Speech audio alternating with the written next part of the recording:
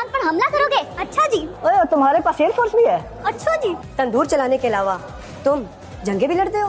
अच्छा जी। मामले में बंदा रुक जाए। अच्छा जी। तुम इंडिया की प्रॉक्सी बन के पाकिस्तान पे हमला करोगे और बच के चले जाओगे? अच्छा जी। जी अस्सलाम वालेकुम, मैं हूं ज़ोरैन और आप यूट्यूब चैनल देख रहे हैं। नाज़रीन, अभी जो आपने वीडियो देखी, आई एम सॉरी आपको देखनी पड़ी। मैंने भी जब देखी थी तो मेरा दिल चाह रहा था मैं भी अपनी आंखें खींच के बाहर निकाल दूं, लेकिन अपेरेंटली ये वीडियो बनाई गई है हमारी हमारी तरफ से। अभी जो जंग हो रही है उसके हवाले से ये यूथ को मोटिवेट करने के लिए और यूथ को थोड़ा जज्बा दिलाने के लिए बनाई गई है।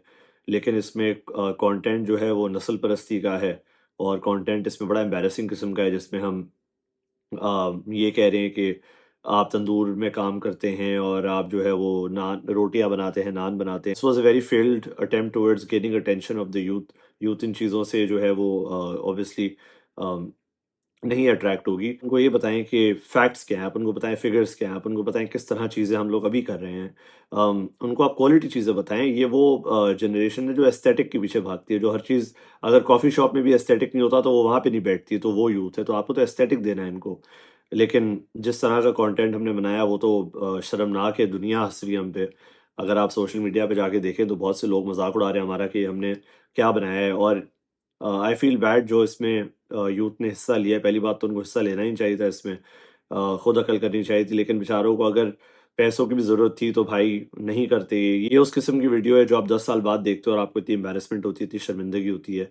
जो हमारे माँ बाप बचपन में हमारी वीडियोस बनाते हैं और हमें बाद में दिखाते हैं और हम कहते हैं ये हम क्यों कर रहे थे। So this is probably one going to be one of those videos in बच्चों के लिए। बच्चे तो नहीं है खैर, पूरी दाढ़ी मूंछ वाले बड़े बड़े लोग हैं, तो इनके लिए बड़ी एम्बैरेसमेंट वाली वीडियो होगी 10 years डाउन द लाइन, अगर इनमें मेच्योरिटी 10 साल में आ जाएगी। इस उम्र में नहीं आई तो मेरा नहीं ख्याल 10 साल में भी आएगी। लेकिन ये दुआ कर सकते हैं कि अल्लाह इनको हिदायत दे, नेक हिदायत दे। और जो इक़्तिदार वाले हैं उनको ये समझ आए कि हुब्बुल वतनी जो है वो टिकटॉक पे नहीं बिक सकती, ना ना इस तरह के चीप कंटेंट पे बिक सकती है। वो सिर्फ इन्फॉर्म्ड ओपिनियंस पे बिक सकती है। यूथ को आप सिर्फ वहाँ एंगेज कर सकते हैं जहाँ पे एक पढ़े लिखे आदमी को आप हायर करें, जो वीडियोस में आके अकल की बात करे, सेंसिबल बात करे, ना कि ये रॉट जो हमने बनाया है इस वीडियो में ये हो। तो मुझे नहीं पता इसका स्क्रिप्ट किसने बनाया था वीडियो का। मुझे नहीं पता ये क्यों किया गया था। भाई अगर आपने कुछ एंटरटेनमेंट ही करनी थी तो आप चाहत फ़तेह अली खान को रख लेते, कम से कम वो बेचारे डिलीवर तो कर ही देते। इन्होंने तो डिलीवर नहीं किया, उल्टा इन लोगों के तो और मजाक बना दिए। और जैसे मैंने पिछली वीडियोज़ में भी कहा था कि इंसान अपनी सोच और अपने अल्फाज से पहचाना जाता है। तो ये जिस तरह की इसमें नस्ल परस्त बातें की गई थी, this goes to show script किसने लिख के दिया था और उनकी क्या ज़हनी उनका मयार था जिन्होंने ये स्क्रिप्ट लिखा है। और मुझे तो दुःख हुआ हमारे वज़ीर इत्तलात साहब ने इसको रीट्वीट भी किया। रीट्वीट नहीं, एक्चुअली उन्होंने ट्वीट किया इसको और उन्होंने कहा कि हमारी जो यूथ है वो उसका एक बड़ा अलग तरीका है मिज़ाह का और तफरीह का। तो भाई ये बिल्कुल नहीं, ये तरीका नहीं है।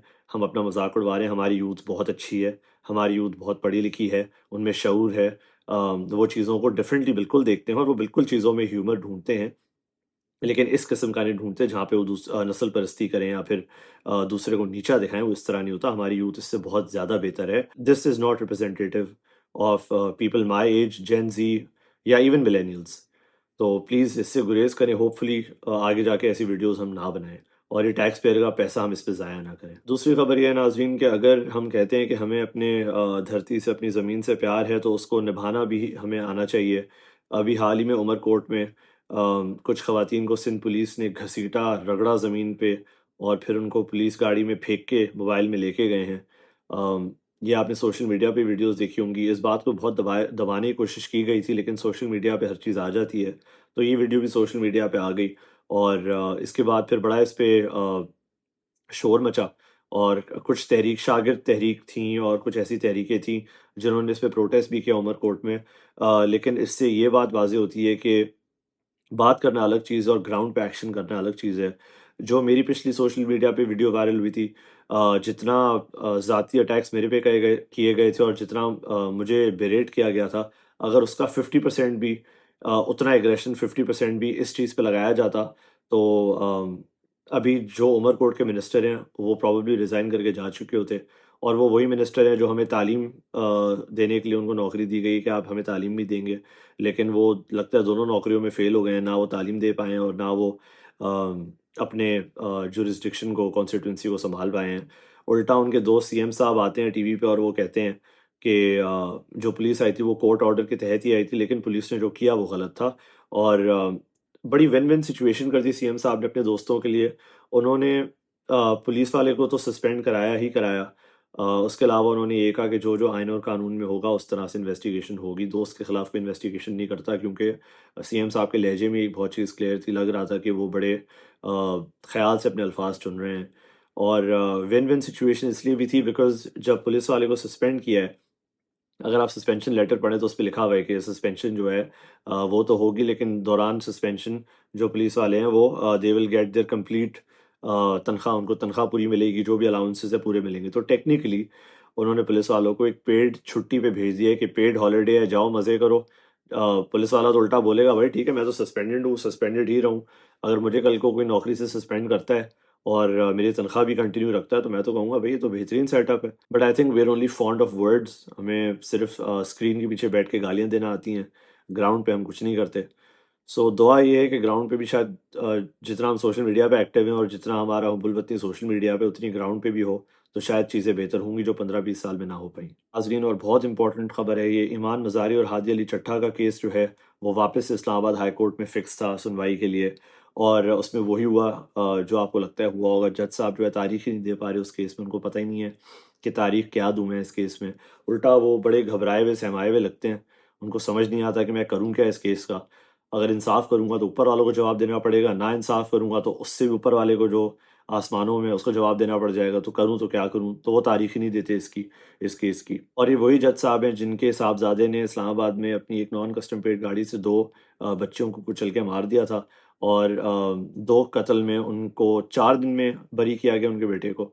कोर्ट में तो लाया ही नहीं गया कभी, अंडर द टेबल ही सारी कहानी निपटा दी गई।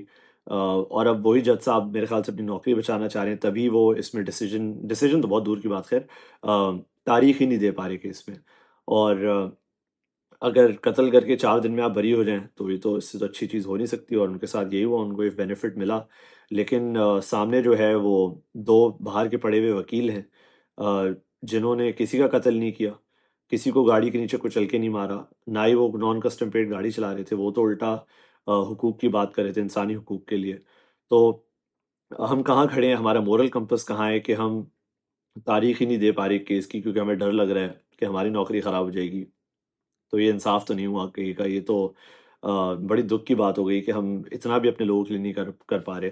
तो किस तरह ये लोग ज़िंदगी अपनी गुजारते हैं, किस तरह ये लोग अल्लाह को जवाब देते हैं, रमज़ान के महीने में किस तरह ये इस तरह की चीज़ें कर रहे हैं कि तारीख भी नहीं दे पा रहे केस में।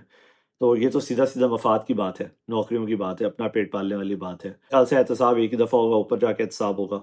लेकिन यही होप कर सकते हैं कि क्या पता हमारे मुल्क के हालात बेहतर हों एक दिन। एक बुरी खबर ये है कि वापस से पेट्रोल की कीमतों में इज़ाफ़ा होने वाला है, पेट्रोल और डीज़ल की।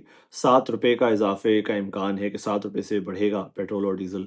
तो ये अवाम वैसे ही इतनी गुर्बत में है। अब तो 60 से 70% लोग गुर्बत की लकीर से नीचे जा चुके हैं। ऑफिशियल जो वर्ल्ड बैंक है उसके हिसाब से तो मेरे ख्याल से 60-65% हो चुका है, और 70% शायद अल्लाह ना करे अगले साल तक हो जाए। तो इतनी महंगाई में लोग अपना किस तरह पेट पाल रहे हैं वो वही जानते हैं। और ऑन द फ्लिप साइड तस्वीर बिल्कुल अलग होती है, जहाँ पे इक़्तिदार वाले जो एक गाड़ी से 5 गाड़ियों पे आ गए हैं, एक घर से लेके 5 घरों पे आ गए हैं, 5-5 घर खरीद लिए उन्होंने, और जहाज़ भी खरीद ही रहे हैं। तो यहाँ पे तो आदमी मोटरसाइकिल नहीं खरीद पा रहा, लेकिन वहाँ पे इक़्तिदार वाले जहाज़ खरीद रहे हैं। मैंने एक चीज़ नोट की है, जो सेनेट है हमारी, वो तो मेरे ख़्याल से सेनेट में तो सिर्फ़ करारदादें पेश होती हैं, और तो वहाँ पे कुछ होता नहीं है। वो तो मेरे ख़्याल से सुबह उठ के जिस तरह हम स्कूल जाते थे और थोड़ा-सा टाइम ख़राब करके आ जाते थे, मेरे ख़्याल से यहाँ पे भी यही होता है। सेनेट में रोज़ सुबह लोग सूट-वूट पहन के जाते हैं तैयार होके, और कोई कोई ना कोई करारदाद उठा के पेश कर देते हैं, वो पास भी हो जाती है। उसके बाद बस घर चले जाते हैं कि हमने करारदाद पेश करा दी एक, और उसको एक्सेप्ट करा दिया। और नाज़रीन, इमरान खान वाले केस की अपडेट ये है कि इमरान खान साहब की सुप्रीम कोर्ट में केस लगाया गया था, और वहाँ पे उनको कहा गया है कि आप जो है वो इस्लामाबाद हाई कोर्ट से रुजू करें। इस्लामाबाद हाई कोर्ट आप सबको पता है कौन हेड करता है और उनके क्या पॉइंट ऑफ व्यूज़ हैं। तो ज़ाहिर-सी बात है उधर से तो इंसाफ मिलेगा नहीं। This is one of the few reasons why हमारी जो जुडिशरी, हमारा जो अदलिया का सिस्टम है वो दुनिया में बॉटम 10 पे आता है। And I am not surprised, अगर यही हालात रहे तो ये और ज़्यादा गिर सकता है इंडेक्स पे। जो rule of law and justice वाला इंडेक्स है उस पर और ज़्यादा गिर सकता है। क्योंकि अगर आप इंसाफ के लिए भागते रहें और इंसाफ आपको पता है आपके साथ क्या हो रहा है, आपको पता है आपके साथ गलत हो रहा है, लेकिन आप फिर भी कुछ नहीं कर सकते और सबको पता है, जो कुर्सी पे सामने बैठा है उसको भी पता है आपके साथ गलत हो रहा है, लेकिन वो इतना उसके हाथ बंधे हुए हैं कि वो कुछ नहीं कर सकता। तो अदलिया का सिस्टम जब तक इतना कॉम्प्रोमाइज़ रहेगा तब तक लोगों को इंसाफ नहीं मिलेगा और लोगों को एतमाद भी नहीं होगा। जुडिशल लेजिटिमेसी एक बहुत इंपॉर्टेंट चीज़ होती है, स्कूलों में यूनिवर्सिटीज़ में पढ़ाई जाती है। लोग नहीं समझते इसकी इम्पोर्टेंस, लेकिन अगर लोगों का एतमाद उठ गया जुडिशरी से, जो कि उठ चुका है काफ़ी हद तक, लेकिन अगर लोगों का एतमाद और भी उठ गया, तो फिर ये है कि एक इदारा तो बिल्कुल ही हैंडीकैप हो जाएगा, बाकी फिर 2 इदारे रहते हैं। तो वो भी जिस तरह चल चल रहे हैं वो हमें पता है। तो जुडिशरी से होपफुली ये उम्मीद है कि शायद ज़मीर जागें इनके और ये रियलाइज़ करें कि इनको इंसाफ देना है। इनका ओहदा इन्होंने जो उठाया था वो यही था कि इनको इंसाफ देना है। अगर इंसाफ नहीं दे सकते then they aren't really doing their job.